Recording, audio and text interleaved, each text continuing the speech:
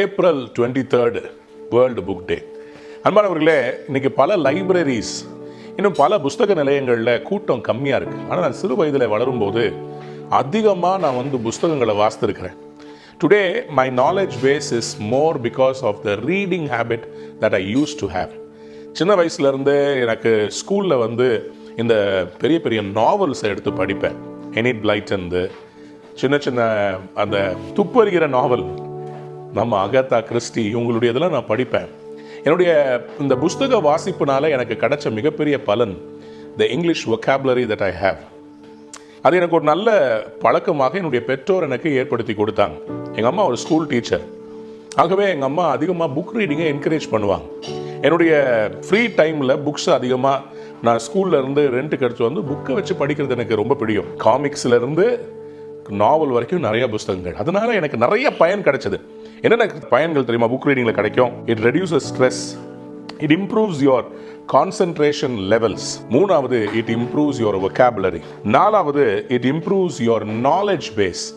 உங்களுக்கு இருக்கிற அந்த அறிவை நீங்கள் வளர்ப்பதற்கு புஸ்தகங்கள் ரொம்ப இன்றியமையாது.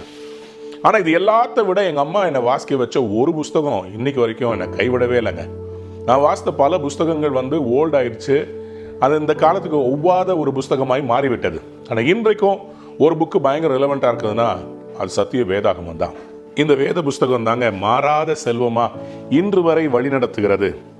உங்களுடைய வேதம் என் கால்களுக்கு தீபம், என் பாதைக்கு வெளிச்சம். அது மட்டும் இல்லைங்க, இந்த வேதத்தை நேசிக்கிறவர்களுக்கு மிகுந்த சமாதானம் உண்டு, அவர்களுக்கு இடரல் இல்லையா. என்ன புக்கை வாசித்தாலும் சரிங்க, டெய்லி இந்த புக்கை மட்டும் மறந்துடாதீங்க. The Bible, the book of the Lord. கடவுள் எழுதின புஸ்தகங்க.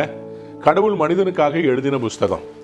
அவருடைய திரு தொண்டர்கள் மூலமாக அவருடைய சிந்தனைகளை எல்லாம் வடிவமைத்து நம்முடைய வாழ்க்கையின் முன்னேற்றத்திற்காக கடவுள் கொடுத்த மிகப்பெரிய பொக்கிஷம். The treasure from God is the word of God. ஆகவே தான் சங்கீதம் 119, 165 இந்த வேதத்தை வாசிக்கிறவங்களுக்கு இடரல் இல்லையா. That means they will not stumble and fall. Today I want to prophetically speak to you.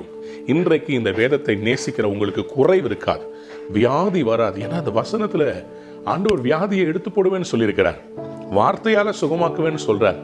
இந்த வேத புஸ்தகத்தை வாசிப்போம். இந்த வேர்ல்டு புக் டேல தயவு செய்து ஒரு தீர்மானம் எடுங்க. Daily I will read the Bible, the book of God. கண்டிப்பாக ஆண்டவர் உங்களை செழிக்க செய்வார், உங்கள் வாழ்க்கையில் வளமாக இருக்கும். God bless you. Read the Bible. Be blessed. Amen.